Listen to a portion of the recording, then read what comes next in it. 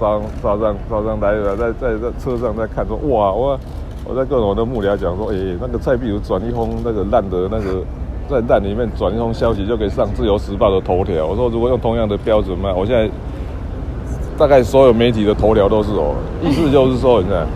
哎呦，看一看就好，不要当真了嘛。那当的事件每一件都要计较，觉得自己先发疯了。蔡总统说，那个壁如姐来那个讯息是散播假消息。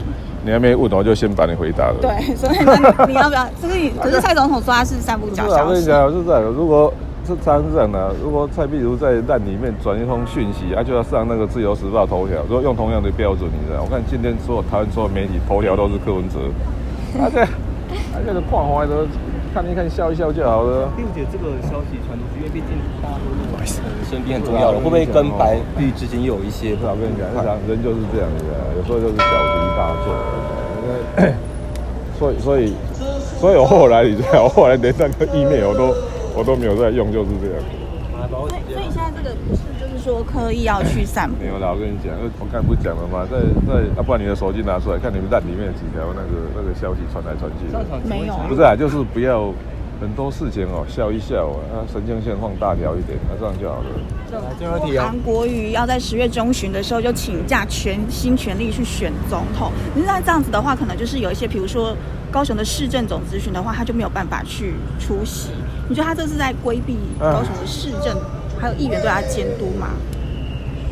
因为2016朱立伦也有潜力的，我不晓得当时怎么处理，好像没有印象。不老实讲那个他一选下去就乱掉了。坦白讲，一天24小时，我们就算老实讲，一天24小时不太容易，这个我自己非常清楚的。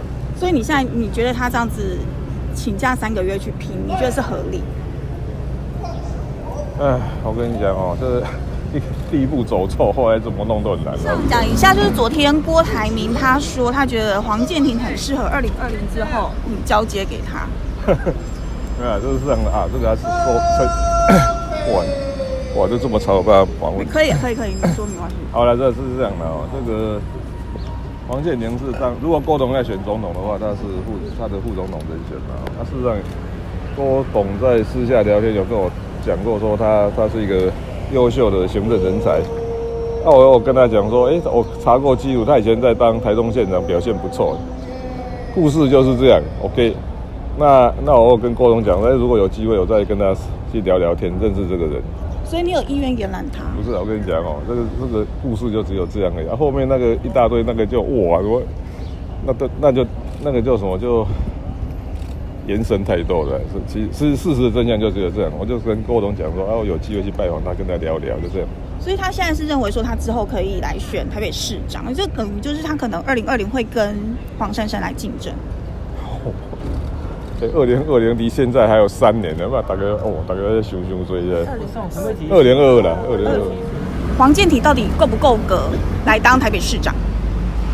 这个怎么是我们决定的？这个是台北市民决定的。不过还有3年了，不急了。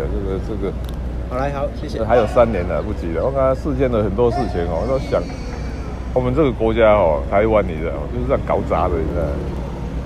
我每次讲说2018我都还没选连任，你知道，每个人都已经在讲2020总统大选要选谁，然后就做一大堆。整个台湾的社会氛围就是这样，那东西，我倒觉得这样的，认真的过每一天，这样就好了。先把眼前的事情做好就好了，想那么多干什么？好了，下班。